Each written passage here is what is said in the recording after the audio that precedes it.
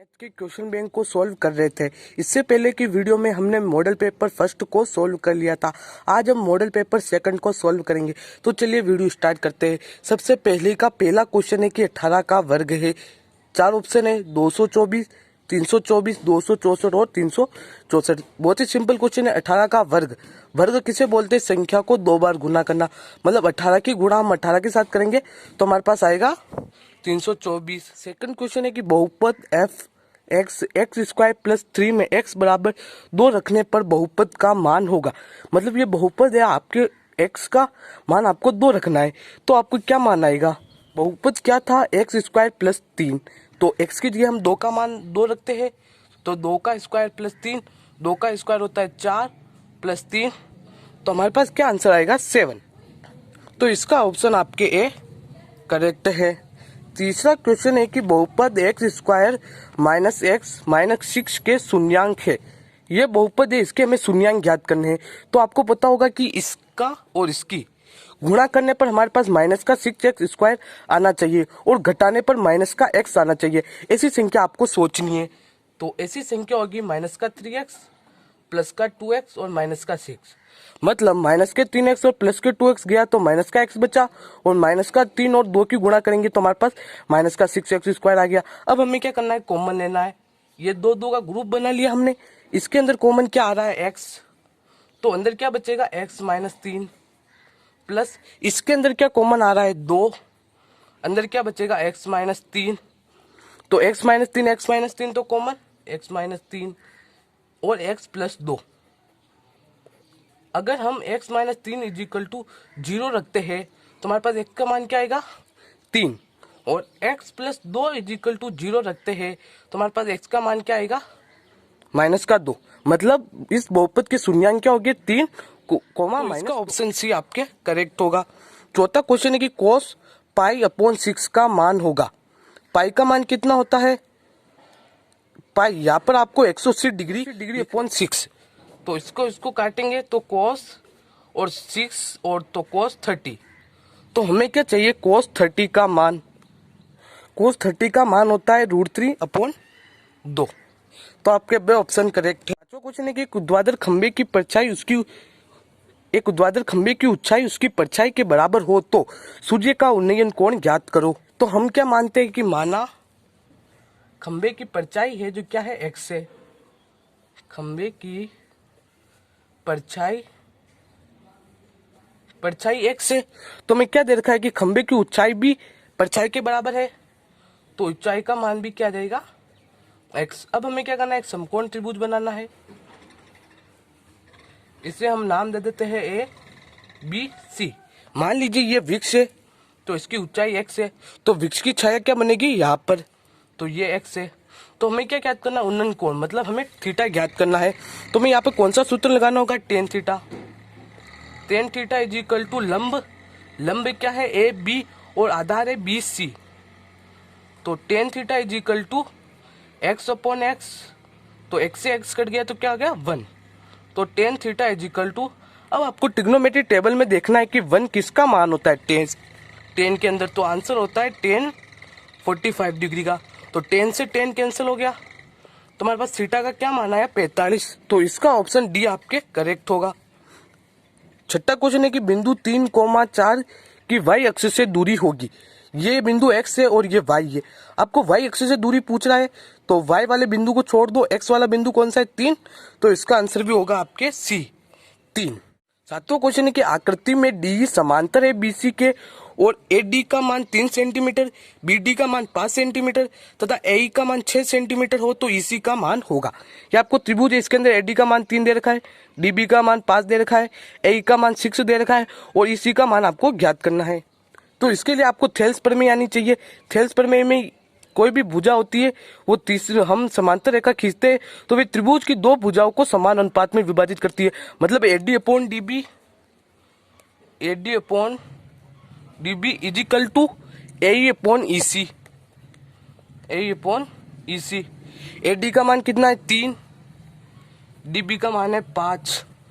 AE का मान दे रखा है 6 और x का मान हमें ज्ञात करना है। अब हम क्या करेंगे? ब्रज गुणा, इसकी गुणा इसके साथ, इसकी गुणा इसके साथ, 3 की गुणा x के साथ तो 3x और 6 की गुणा 5 के साथ तो 30, तो x का मान 30/3, तो इसे काटेंगे तो हमारे पास क्या आ जाएगा 10 सेंटीमीटर, मतलब x का मान होगा 10 सेंटीमीटर। इसका ऑप्शन डी करेक्ट है।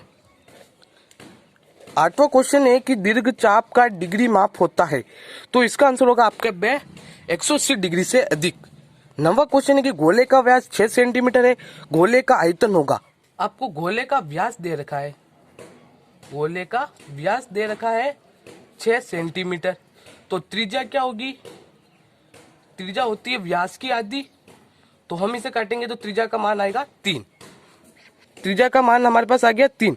तो हमें क्या पूछ रहे हैं कि गोले का आयतन क्या होगा, तो गोले का आयतन का सूत्र होता है, गोले का आयतन is equal to 4/3 pi r cube. तो 4/3 पाई का मान हम ऐसे ही रहने देते हैं, आर क्यूब मतलब 3 का क्यूब, तो 3 का क्यूब होगा 27, ये ऐसे काट देते हैं तो 9 बार, 9 की गुणा 4 से करते हैं तो 36, और ये पाई, तो गोले का आयतन क्या होगा 36 पाई। इसका ऑप्शन सी आपके करेक्ट है। 10वां क्वेश्चन है कि 4 छात्रों के सांख्यिकी के प्राप्तांक 53, 75, 42, 70 है, उनके प्राप्तांकों का समांतर माध्य है। तो आपको क्या याद करना है, समांतर माध्य। तो समांतर माध्य का क्या सूत्र होता है, आंकड़ों का योग बटा आंकड़ों की संख्या, मतलब इन सबको हमें जोड़ना है, पहले आंकड़ों का योग करना है 75 + 42 + 70 और अपॉन आंकड़ों की संख्या, मतलब कितने आंकड़े हैं 1 2 3 4। अब हम क्या करते हैं इनकी जोड़, तो 0 और 2 2, 5 और 2 7, 7 और 3 10, 1 हासिल 7 ने 8, और 8 और 4 12, 12 और 5 17, 24/4, तो 4 के पारे से काट देते हैं तो कितना मान होगा 60 डिग्री, तो इसका ऑप्शन आपके सी। दूसरा क्वेश्चन है कि सूत्र निखिलम का प्रयोग कर 107 का वर्ग ज्ञात कीजिए। तो सूत्र निखिलम का प्रयोग करना है, तो इसमें आपको एक सूत्र याद होना चाहिए, संख्या प्लस विचलन ओब्लिक विचलन का स्क्वायर। तो इसमें संख्या क्या है हमारे पास 107 और विचलन, अब यहाँ पे आपको ध्यान देना होगा कि 107 है तो हम इसका आधार मानेंगे 10 और विचलन मानेंगे 0.7, तो 107 + 0.7 विचलन स्क्वायर मतलब 0.7 का स्क्वायर। 107 और 7 कितने होते हैं 114, और 0.7 का स्क्वायर करेंगे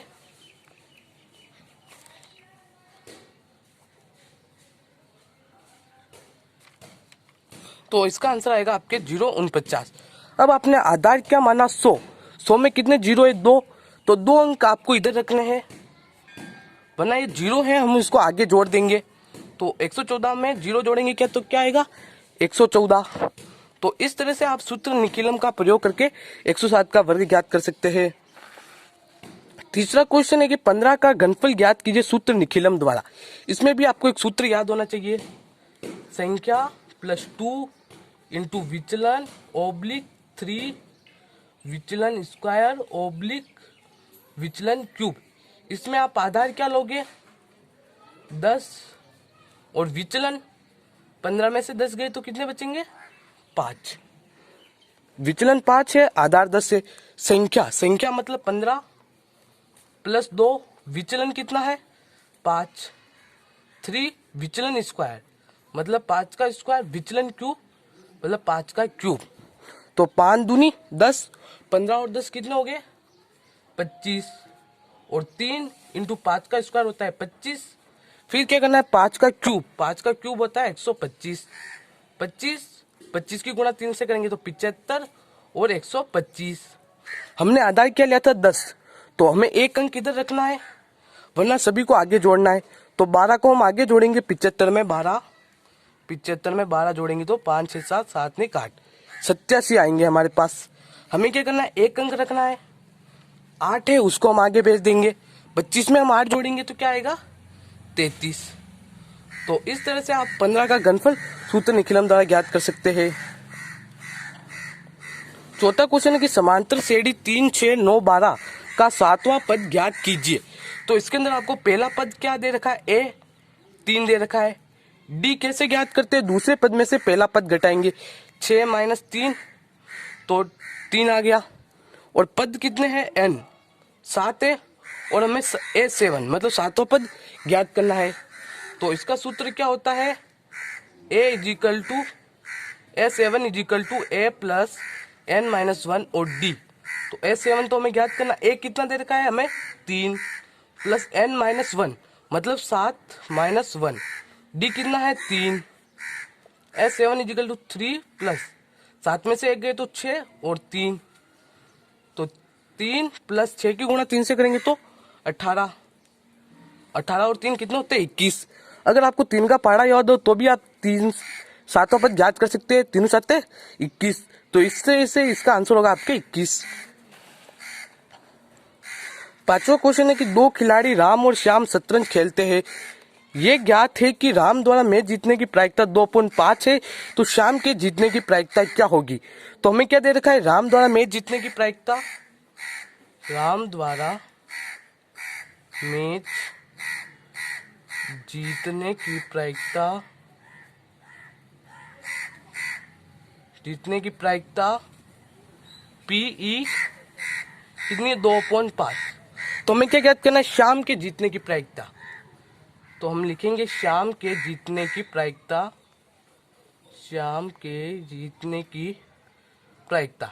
तो इसके लिए आपको क्या करना होगा, 1 माइनस PE मतलब राम द्वारा मैच जीतने की प्रायिकता घटानी पड़ेगी। तो 1 माइनस 2.5। तो अब आपको क्या करना है, 5 और 1 का एलसीएम लेना है। तो क्या आएगा 5, 1 में 5 का भाग देंगे 5 बार, 5 की गुणा 1 से करेंगे तो 5, 5 का भाग देंगे 5 में 1 बार, 1 की गुणा 2 से करेंगे तो 2। तो 5 में से 2 गए तो कितने बचे 3 और 5। तो इसका आंसर होगा आपके 3/5। छठा क्वेश्चन है कि एक पासे की एक फेंक में विषम संख्या आने की प्रायिकता है। तो एक पासे को फेंकने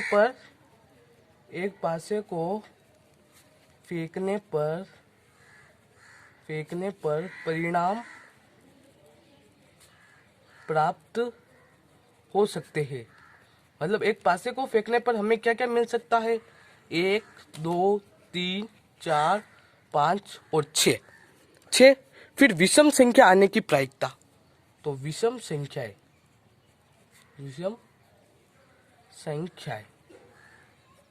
अब हमें विषम संख्या किसे बोलते हैं, जिसमें 2 का भाग नहीं जाता है। तो एक ये रही, एक ये और एक ये। तो कितनी है 1 2 3 मतलब 1,3 और 5। मतलब अनुकूल परिणाम हमारे पास कितने हैं, अनुकूल परिणाम हमारे पास है 3। तो अब हमें प्रायिकता का सूत्र लगाना होगा।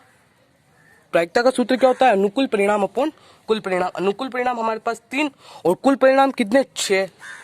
तो 3 इसे काटेंगे, हमारे पास क्या आंसर आएगा 1/2। सातवां क्वेश्चन है कि वाहनों के लिए आवश्यक PUC का पूरा नाम लिखे। तो PUC का पूरा नाम होता है प्रदूषण नियंत्रित प्रमाण पत्र। आठवां क्वेश्चन है कि रोग दृष्टि दूरी का समीकरण लिखिए। तो इसका आंसर होगा, रोग दृष्टि दूरी का समीकरण होता है प्रतिक्रिया दूरी और अवरोधक दूरी। नवा क्वेश्चन है कि बिंदुओं 3,5 और 6,8 के बीच की दूरी कितनी होगी। तो हमें x1 का मान दे रखा है 3, y1 का मान दे रखा है 5, x2 का मान दे रखा है 6 और y2 का मान दे रखा है 8। अब हमें क्या लगाना है, दूरी सूत्र।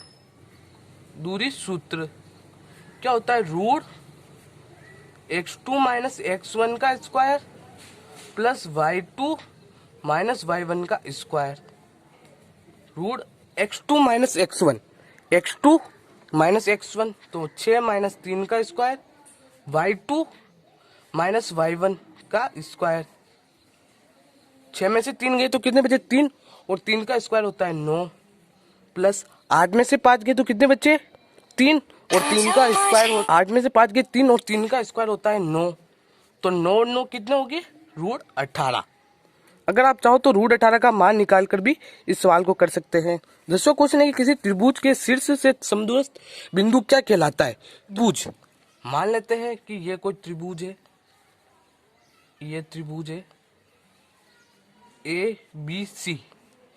इस भुजा से मान लेते हैं ये बिंदु, इससे ये बिंदु और इससे ये बिंदु, ये तीनों क्या है समान दूरी पर है। अब हम क्या करते हैं, यहाँ पर एक वृत्त बनाते हैं। ये वृत्त बनाया, तो ये क्या होगी, वृत्त की त्रिज्याएं।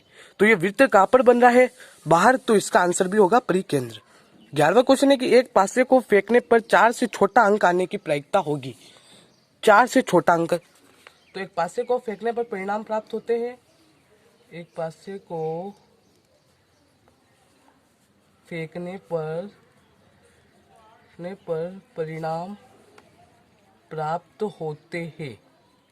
क्या क्या परिणाम प्राप्त होते हैं, 1 2 3 4 5 6। तो 4 से छोटे अंक कौन कौन से हैं, 4 से छोटे अंक, 4 से छोटे अंक कौन से, 1 2 3, 1 2 3। मतलब अनुकूल परिणाम कितने हैं, अनुकूल परिणाम 1 2 3 है। तो हमें क्या पूछी, प्रायिकता। तो प्रायिकता पीई अनुकूल परिणाम अपॉन कुल परिणाम 1 2 3 4 5 6। तो इसे काटते हैं तो 3 एकम 3 और 3 दूनी 6। तो क्या आंसर आएगा, 1/2। अब ये 12 से क्वेश्चन है जो हम अगली वीडियो में सॉल्व करेंगे। अगर वीडियो अच्छी लगी तो वीडियो को लाइक कीजिए, शेयर कीजिए, चैनल को सब्सक्राइब करके बेल आइकन को प्रेस कीजिए।